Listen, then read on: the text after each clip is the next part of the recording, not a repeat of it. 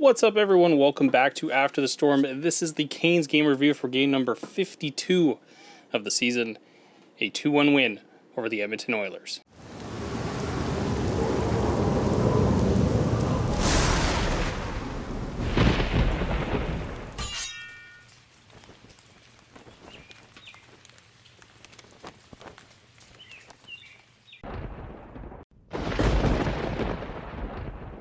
In introing this game, there's not a whole lot to go over. Carolina looking for their 5th consecutive win. Frederik Andersen versus Mike Smith on Kids Day in Raleigh. And of course, we have Ethan Bear and Warren Foegele playing against their former teams, I believe, for the 2nd time this season.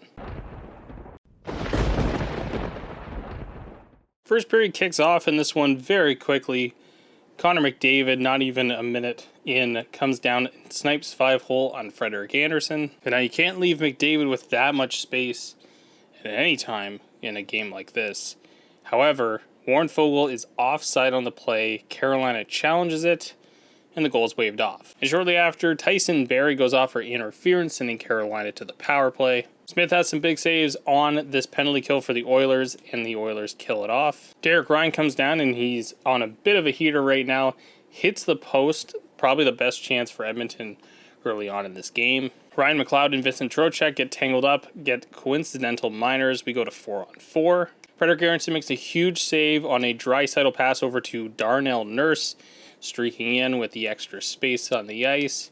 Freddie dives across, makes a huge save. And on that same very play, Shea, in behind the play, ends up high-sticking Connor McDavid. McDavid would just skate right off the ice holding his mouth. Later on, there was a nice... this was probably in the third period when there was a camera angle that was on him for more than about 2 seconds or in the middle of play on the bench. A zoom up on his mouth. It looks like he lost probably half of both of his bottom 2 teeth, or right in here kind of thing. Looks like he shaved a few of them off. So that's some dental work coming up for Connor. He would return in the second. He didn't return for the entirety of the first, and this was probably the first, I think, like 5 or 6 minutes this all happened in. So yeah, he's going to end up with some dental work in his future. Goalies trading saves early on in this one. Andersen was solid. Smith at the other end, also solid. And Carolina kills off both power plays, or however, I think they had it as 2 power plays here for Edmonton, so Carolina kills off the first 2 of the night. And on a nice play, Chatfield at the point has the puck. Svechnikov calling for it, tapping his stick beside the net. Chatfield gets the puck down to him. Svechnikov right back to the slot quickly, almost like a one-touch pass to Teuvo Teravainen, and he drills it past Mike Smith. Carolina leads 1-0. Right after the goal, Barrie would get called for holding the stick, his second penalty of the period. Carolina back to the power play. Derek Ryan would end up with a shorthanded chance. Freddie Andersen making a huge save on this one. Edmonton would kill that penalty off. And then almost immediately after, the Oilers take a too many men call, which is funny because it's not like a call you see where the team knows that they might have too many men and they throw the puck towards the bench. No, Draisaitl played it to the Edmonton bench here, and one of the guys coming off the bench played it. Too many men on the ice. Carolina to their 3rd power play here in the first period. In almost a very similar play to the first goal of the game, a nice passing play. Teravainen finds it to Aho. Aho drills it past Mike Smith from the high slot. It is 2-0. And on this play here, a little bit of Canes history was made, or Canes/Whalers history. Teuvo Teravainen and Sebastian Aho have combined for 171 goals as a duo. This ties, I believe it was Kevin Dineen and Ron Francis for the most in the franchise's history. I'm sure that they'll break this in the next few games with the way they're going right now, but cool little piece of history witnessing here early on. Svechnikov would get a roughing penalty. Edmonton would go to their 3rd power play of the game. However, during the power play, I should say, that would be the end of the first period. So the Carolina Hurricanes head into the first intermission with a 2-0 lead. To open up this second period, Carolina would kill off the penalty. And then Pesce, off a nice pass, snipes past Mike Smith. But hold on, just like the first period early on, looks like it might be offside. Edmonton challenges the play. Svechnikov, his skate is, just slightly offside. Again, there's starting to be debate about whether this rule or the challenge itself has so much merit at this point, if it's not just slowing the game down each and every time it's, used. So let's talk about that for a quick minute. I think if you change the rule just ever so slightly, it doesn't make a huge difference to the way offside is called or viewed, really. I don't know how much it would work, so let's ballpark the idea. I mentioned in a previous video, I think if you change the way that the puck and the player interact within the field of play here, I think if you have the puck on the blue line, as soon as it touches the blue line, that is considered in the zone, and then a player can cross the line. I think that's a lot better. I think you'd get rid of a lot of these challenges. I'm not sure if you make the officiating any easier. I feel like this would be a little bit easier, but yeah, if you consider the puck as soon as it touches the blue line to be in play, or in the zone, I should say, and a player can then skate over the line, I think that's a little bit better. Considering the way the way they call it onside when it's in the zone, they do this. They almost already do this. When they call the puck in the zone, like if a linesman's sitting right there and darting right as a defenseman tries to hold the puck in, it doesn't get considered offside until it passes all the way back over. So I do one and not the other is my suggestion. I don't know how much would help. I think players are still going to cheat the line anyways, so I don't think it would really matter all that much. I think you'd still just probably end up with just as many offside calls, but maybe it's worth a shot. So anyways, the goal is wiped out. We go back to 2-0, and pretty shortly after the goal getting wiped off the board for Carolina, Derek Ryan comes down, blocks a Cole shot at the point. I thought this was Cole's worst play of the game. I didn't really have anybody who played bad in this one. Usually Cole is the player I highlight if there's bad, but I didn't think this was bad. It's just obviously a one-off terrible decision in the game. Shoots it right into the shin pad. Derek Ryan grabs the puck, comes back down the other way.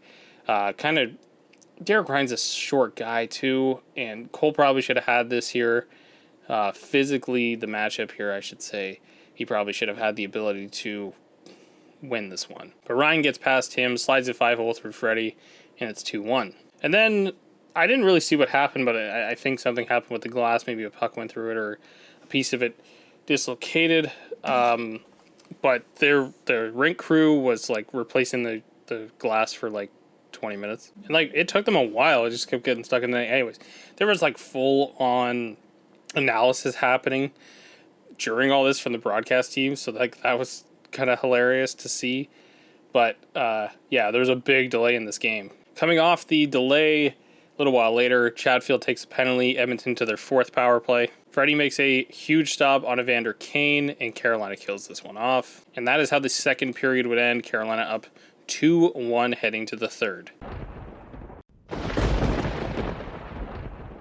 And what a boring third period this was. The pace really slowed down and became a neutral zone battle, and it looked like Carolina was very, very, very content to try to hold the lead. The first notable thing I wrote down in this period was with 6:15 to go was Mike Smith making a save. And that's when Svech came in and got a real good chance away. But this is the story of this third period. It was slow, it was methodical, and quite boring. So with a minute 41 left in the game, still 2-1 the score. Mike Smith heads to the bench. Carolina would ice it with 23.5 to go. Not a whole lot would happen in front of Frederik Andersen. He didn't have to face much or anything really high danger. And the Canes win this one 2-1 in regulation over the visiting Edmonton Oilers. So on to some player analysis. Let's start off with the good. The SAT line was dominant in this one. Every time they were on the ice, they generated chances. Very rarely were caught in their own zone. They were fantastic in this game. And of course, Frederik Andersen. I said this in the previous videos. There's not enough good things to say about him. But we've talked about him at length. So he just had another terrific Vezina caliber game here. Average player in this one, I had Martin Necas. Again, I think just this little slump he's in right now. He's found a way to just be kind of invisible sometimes in some shifts. Looked like there was some line jumbling with Trocheck and Kotkaniemi moving around the lineup here, but I don't know. This was a weird game from Necas here. He was around, but not doing a whole lot in this game at all. It's just some games he can be really, really quiet. As for bad, I had nobody. I didn't think anybody struggled in this game. It wasn't a game where you can point out and be like, what the hell were you doing out there kind of thing. Cole just had like the one bad play. Otherwise, he didn't take a penalty. That's a shocker. But I also want to play, like, I'll give him credit here, and I feel like I've been pretty hard on the guy, so I'm going to give him credit where it's due. A play I believe it was in the third period, maybe it was in the second period.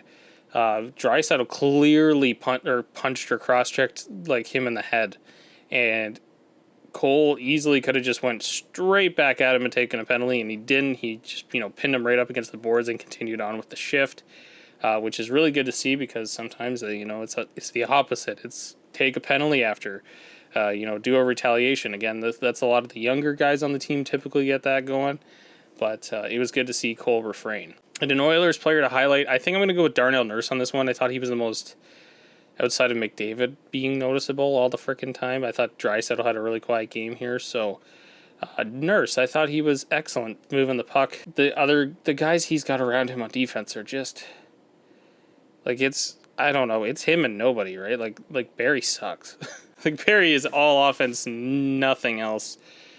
So Nurse was really both ends pretty good in this game. So he's the only one I really noticed aside from McDavid in this one. So I'm going to highlight him. Anyways, guys, that's going to do it for episode number 50. No, I shouldn't say episode number 52. I have not been doing every single one. Sometimes it's hard on Friday night to be able to catch the game, but we're going to do a little bit better here in the next little while to hopefully get each and every game. So that will do it for this one. Thank you so much for watching this recap of the game. If you liked it, give it a thumbs up down below. As always, remember to hit that subscribe button. That helps me out considerably. Hit the notification bell if you like the content here, so you can get it as soon as it uploads. Lots more around the channel as well. If you have any gaming interests, specifically hockey gaming interests, there is lots of content here on the channel. That will do it for this one. Thank you guys again. I will catch you on the next one.